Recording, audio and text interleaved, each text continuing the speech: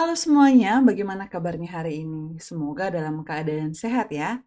Nah, jika di video sebelumnya kita sudah bahas tentang siklus akuntansi pada perusahaan dagang, yang sudah membahas tentang deskripsi perusahaan dagang, kemudian juga pencatatan akun-akun khusus pada perusahaan dagang. Di video kali ini kita akan bahas tentang tahap pencatatan akuntansi pada perusahaan dagang, yaitu pencatatan transaksi pada jurnal khusus. Nah, jika biasanya pada perusahaan jasa, kita menggunakan satu jurnal, yaitu jurnal umum untuk mencatat semua transaksi yang terjadi. Nah, pada perusahaan dagang, khususnya yang berskala besar, pemakaian satu jurnal itu rasanya kurang praktis dan efisien ya. Nah, karena itu agar transaksi yang berulang-ulang dapat dicatat dengan praktis dan efisien, maka diperlukan jurnal dalam bentuk lain yang disebut dengan jurnal khusus atau special journal. Jurnal khusus adalah jurnal yang digunakan untuk mencatat transaksi keuangan yang sering terjadi sesuai dengan jenis transaksinya. Nah, kalau misalnya kita lihat dari segi bentuknya, antara jurnal umum dengan jurnal khusus ini ada sedikit perbedaan ya.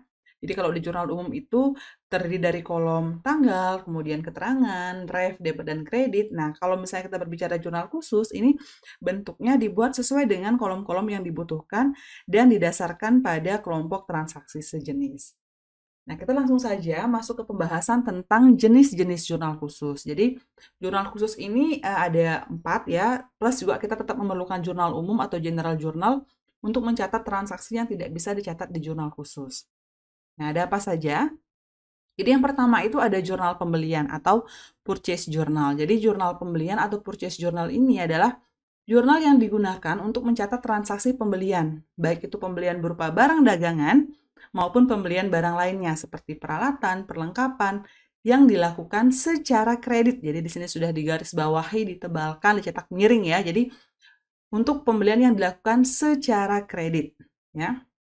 Nah, kemudian yang kedua, ada jurnal pengeluaran kas atau Cash Disbursement Journal. Nah, jadi jurnal pengeluaran kas ini digunakan untuk mencatat transaksi pengeluaran kas ya.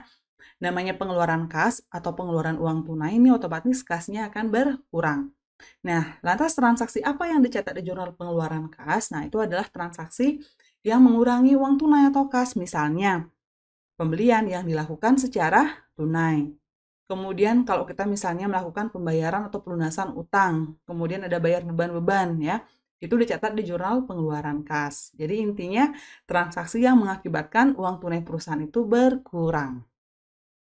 Lanjut kemudian yang ketiga ada jurnal penjualan atau sales journal. Jadi jurnal penjualan ini digunakan untuk mencatat transaksi penjualan barang dagangan secara kredit. Nah, jadi di sini ditekankan lagi mencatat penjualan yang dilakukan secara kredit. Oke ya.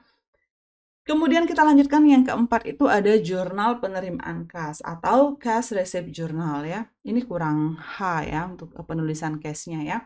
Jadi untuk jurnal penerimaan kas ini digunakan untuk mencatat transaksi penerimaan kas atau transaksi yang mengakibatkan uang tunai perusahaan bertambah. Misalnya dari transaksi penjualan secara tunai, kemudian ada penerimaan atau pelunasan dari piutang dagang, kemudian juga ada penerimaan pendapatan dan lain. Intinya mengakibatkan uang tunai perusahaan bertambah. Dan apabila misalnya ada transaksi yang tidak bisa dicatat di keempat jurnal khusus ini, kita tetap memerlukan yang namanya jurnal umum atau general journal yang digunakan untuk mencatat transaksi yang tidak dapat dicatat pada keempat jurnal khusus yang sudah tadi dijelaskan. Oke, supaya lebih jelas seperti apa pencatatannya ya, kita lihat kolomnya dulu ya. Jadi kolom jurnal khusus seperti apa? Nah, ini sudah bisa dilihat ya beberapa kolom dari jurnal khusus. Nah, sekarang kita akan bahas masing-masing kolom dari jurnal khusus ini ya. Jadi yang pertama kita akan bahas jurnal khusus pembelian. Jadi seperti yang sudah dijelaskan tadi, mencatat pembelian barang dagangan maupun barang lainnya secara kredit. Nah, namanya kita beli kredit otomatis utangnya akan bertambah ya. Utang itu bertambahnya kan di kredit. Nah, di sini kolomnya itu terdiri dari seperti biasa ya, tanggal, kemudian ada kolom keterangan. Jadi mencatat nama toko di mana kita membeli barang itu, kemudian nomor buktinya misalnya ya faktur berapa, nomor buktinya, kemudian syaratnya ya untuk kita menuliskan syarat pembayaran yang disepakati. Kemudian di sini ada kolom debit dan kredit. Nah, jadi di sini sudah langsung diisikan dengan nama akunnya ya. Jadi kalau misalnya kita ada beli barang secara kredit kan jurnalnya pembelian di debit, utang dagang di kredit. Nanti kita tinggal tuliskan angka rupiahnya saja. Nah, bagaimana kalau yang dibeli itu bukan berupa barang dagangan, tapi barang lainnya, seperti misalnya peralatan, perlengkapan, ini kan nggak ada kolomnya tersendiri. Nah, jadi kita catatnya di kolom serba-serbi. Jadi tinggal ditulis nama akunnya apa, kemudian jumlahnya berapa. Nah, kalau misalnya kalian melihat di berbagai referensi, ya itu kadang mungkin kolomnya tidak sama persis seperti apa yang ditampilkan di sini. Itu nggak masalah. Yang penting prinsip daripada debit kreditnya ini tidak salah ya. Atau mungkin juga hal-hal yang diperlukan, kolom-kolom yang dibutuhkan itu memang ada di sini. Mungkin nomor buktinya itu ada di sebelum keterangan, atau syarat dulu baru nomor bukti. Itu nggak masalah ya. Yang penting konsepnya di sini itu tidak keliru. Nah, misal di referensi itu kalian melihat, "Miss, kok di buku yang saya baca itu peralatannya dibuatkan kolom sendiri." Nah, itu nggak masalah ya. Jadi kalau misalnya dibuatkan kolom tersendiri ya seperti ini posisinya dia peralatan itu akan bertambah dicatat di debit. Jadi tinggal kita tambahkan di sini untuk peralatan. Nah, seperti ini jadinya. Kalau misalnya perlengkapan mau dibuatkan komputer sendiri, silahkan. Cuman konsekuensinya kan kita harus membuat kolom yang lebih banyak, ya. Jadi kalau misalnya memang bisa dicatat di serba-serbi, transaksi pembelian peralatan, perlengkapan, atau barang lainnya di luar barang dagangan memang jarang terjadi, kolom serba-serbi sudah dirasa cukup. Jadi nggak usah ditambahkan juga nggak apa-apa. Oke, jelas ya. Nah, kemudian yang kedua, kita akan lanjutkan ke jurnal khusus pengeluaran kas. Nah, jadi pengeluaran kas ya berarti mengakibatkan uang tunai perusahaan berkurang ya. Jadi kasnya berkurang di kredit. Nah, kolomnya juga sama, ada tanggal, kemudian keterangan. Jadi menerangkan ya kita ada melakukan pembelian misalnya dituliskan di sini pembelian, atau mungkin kita ada bayar utang kepada toko apa, dituliskan nama tokonya ya, nomor buktinya. Nah, kemudian kalau misalnya kita ada beli barang secara tunai, jurnalnya kan pembelian di debit, kemudian kasnya di kredit. Jadi di sini sudah ada nama akunnya dituliskan, tinggal menuliskan angka rupiahnya saja. Demikian juga kalau pelunasan utang dagang. Nah, tinggal ditulis angka rupiahnya. Nah, kalau misalnya yang dibeli bukan berupa barang dagangan, dibeli peralatan, ya tinggal dicatat nanti di kolom serba-serbi, karena peralatan tidak kita buatkan kolom tersendiri.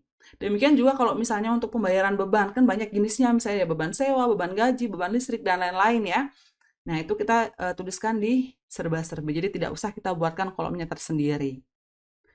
Nah, di kredit ada kas dan juga potongan pembelian ya. Jadi kalau misalnya pelunasan dalam jangka waktu tertentu ya, sesuai dengan syaratnya, itu kan kadang dapat potongan. Jurnalnya kan utang dagang di debit, kas di kredit, dan juga potongan pembelian di kredit.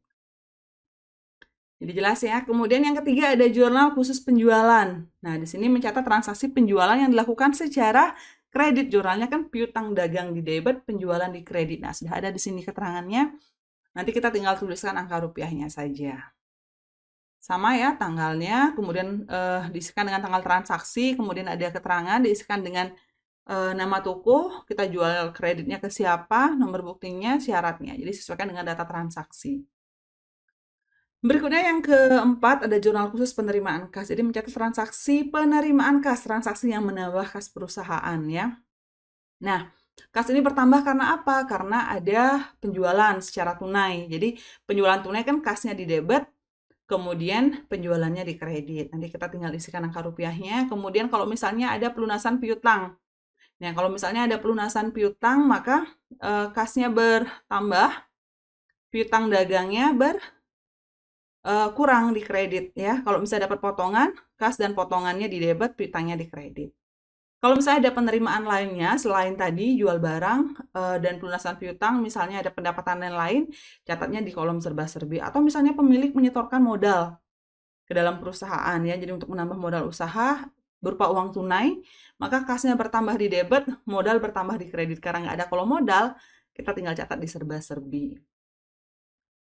Dan apabila ada hal-hal yang tidak bisa dicatat di jurnal khusus tadi ya, karena kolomnya sudah dibuat sedemikian rupa sesuai dengan kebutuhan, maka kita tidak usah khawatir, kita cukup catat di jurnal umum. Kolomnya seperti biasa ya, tanggal, keterangan, ref, debit, dan kredit. Contohnya apa? Nah, contohnya misalnya transaksi retur penjualan dan retur pembelian yang transaksi pembelian penjualannya dilakukan sebelumnya secara kredit ya. Nah, jadi misalnya sebelumnya kita ada jual barang.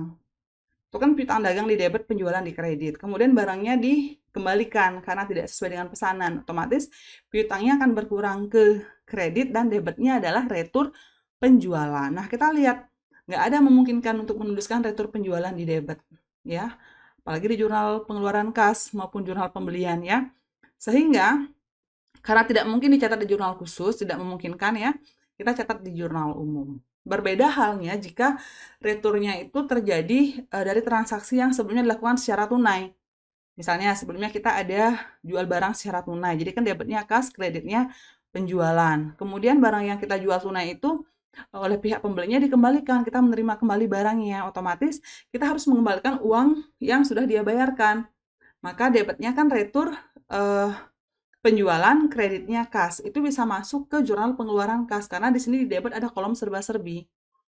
Ya, tinggal catat serba-serbi retur penjualan, kemudian kreditnya adalah kas, angka rupiahnya berapa. Jadi di sini cukup menyesuaikan ya.